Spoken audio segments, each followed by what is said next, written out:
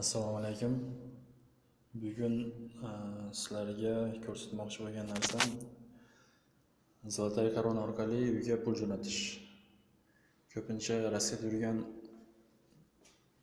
o'zbek yo boshqa millat vakillari ko'chaga chiqib pul jo'natgani uzoq, ko'p vaqt sarflashar ekan. O'shaning uchun agar bank kartasi, bankovska karta bo'lsa, o'sha orqali uydan chiqmasdan yoki ishlayotgan joyida pul jo'natsa bo'ladi. Qirg'iziston, O'zbekiston, Tojikiston, Ukraina yo boshqa davlatlarga. Zolotaya korona sistema orqali jo'natish yo'lini hozir ko'rsataman. Uzr, bu mening birinchi videoyim. Hozir mana birinchi bizga Zolotaya korona degan programmani ko'chirish kerak bo'ladi. Shuning uchun men Androiddan ko'rsataman. Android operatsion sistemasidan programmani ko'chiramiz birinchi. Bu yerga Zolotaya korona deymiz. Hozir chiqadi. Chiqqandan keyin денежный переводы. Shu приложениeni uстановка qilamiz telefonimizga. Buni kompyuterdan qilsa ham bo'ladi, telefon orqali ko'rsatyapman. Mana uстановка bo'ldi. Endi bu programmani hozir ochamiz. Telefonimizni tushgan joyga borib, hozir shu yerga tushadi. Mana programma, shu programmani ochamiz. Zolotaya korona. Bu programmadan bizga xohlagan tilni tanlash mumkin ekan. Mana bu bordi men telefonimda, o'chirib tashladim boshidan ko'rsatish uchun. Men hozir qiyinchilik tug'dirmaslik uchun birinchi shu rus tilidagisini tanlayman. Sizlar xohlasizlar o'zbek yo boshqa tilni tanlashingiz mumkin. Keyin nomerlarni yozasizlar shu yerga. Masalan, men nomerimni yozaman. 8003. Получить kod. Hozir shu yerga bizga SMS bo'lib kod kelishi kerak. Mana kod keldi. 661 182. Bu kodni sizlarga hamma nomerga boshqa keladi. Mana u вас еще нет переводов deyapti. Birinchi marta bo'layotgan. Sizlarda ham balki shunaqa bo'lar. Agar sizlar oldin registratsiya qilgan bo'lsanglar, unda sizlar o'zingizlar parollarni terasizlar. Nima bo'lgan holatda ham nomer yozganingizdan keyin sizga SMS keladi. O'sha SMSdagi kodni terib kiradigan bo'lsangiz, u parolni esingizdan chiqargan bo'lsangiz ham boshqatdan yana parolni qo'yish mumkin. Agar nomer o'zingizda bo'lsa. Mana biz hozir birinchi переводni qilamiz. Hozir uyga, masalan, men hozir Qirg'izistonga jo'natish yo'lini ko'rsataman. O'zbekistonga balki Zolotaya korona emas, Unistreamdan jo'natish osondir. Balki u yerda o'chirib ozroq bo'lar. Lekin Zolotaya korona orqali jo'natmoqchi bo'lsangiz, O'zbekistonga ko'proq dollar orqali jo'natiladi. Masalan, hozir Qirg'izistonnikini ko'rsataman men. Qolgan hammasi shu ko'rinishda davom etadi. Mana plyusda bo'lsak, bizga mana tanlanadi. Strana banka эмитента deyapti. Эмитента. В какой стране была выпущена банковская карта?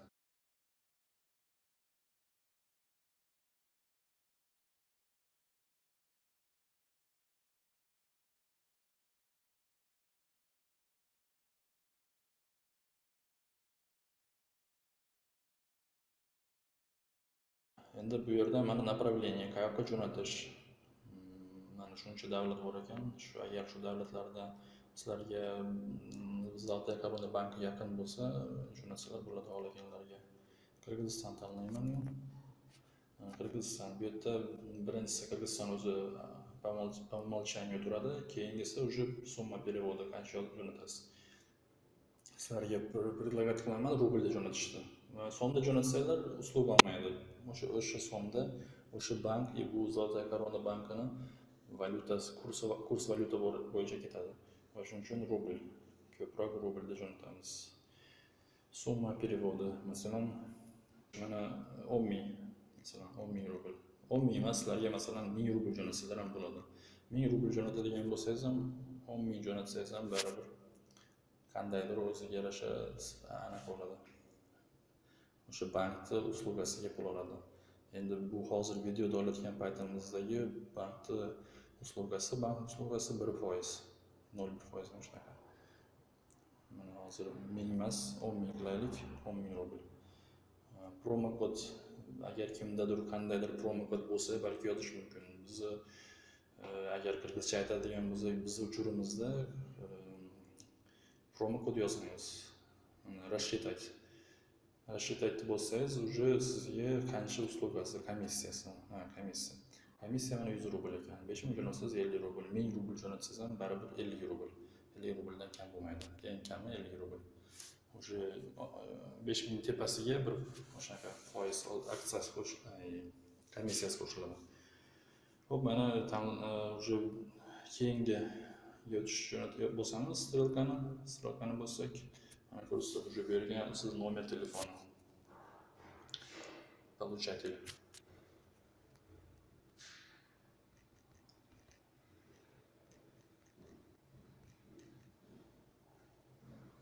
Bu yerga familiya, imя, отчество, точный pasport bo'yicha.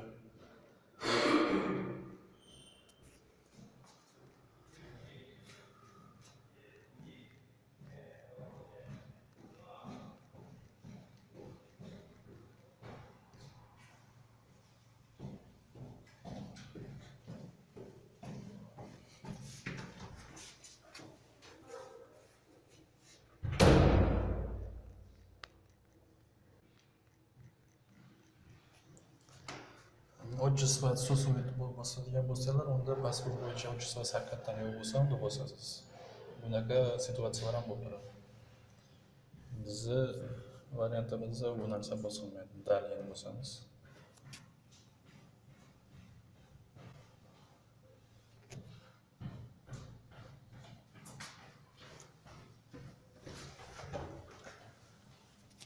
Keyingi stranitsada bu yerda уже отправитель, ya'ni siz o'zingizga данныйlaringizni yozasiz.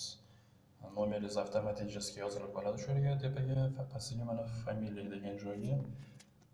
Masalan, o'zingizni ismi, o'zingizni familiyangiz, o'zingizni ismingiz, o'zingizni отчествоyingiz.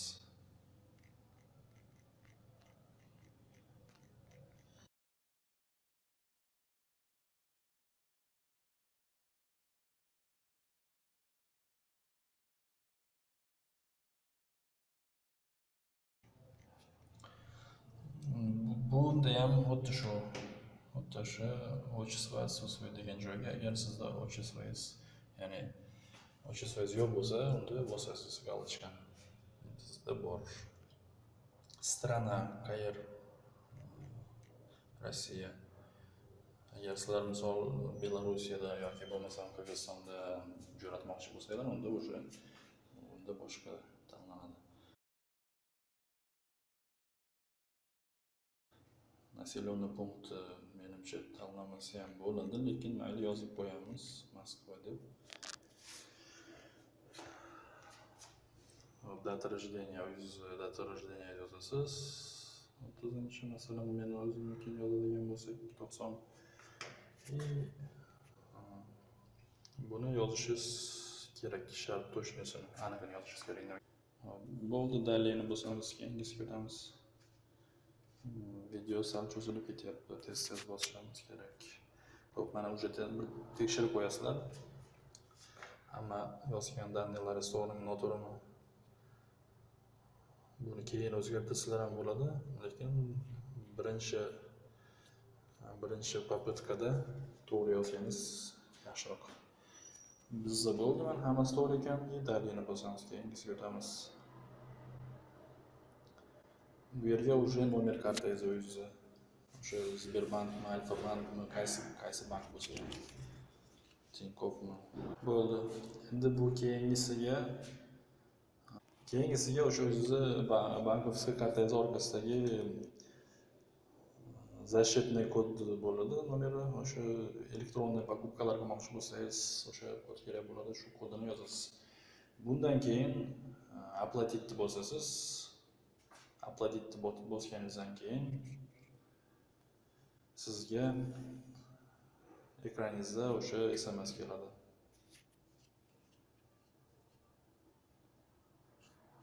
Mana shu yerga одноразовый SMS parol degan joyga sizga,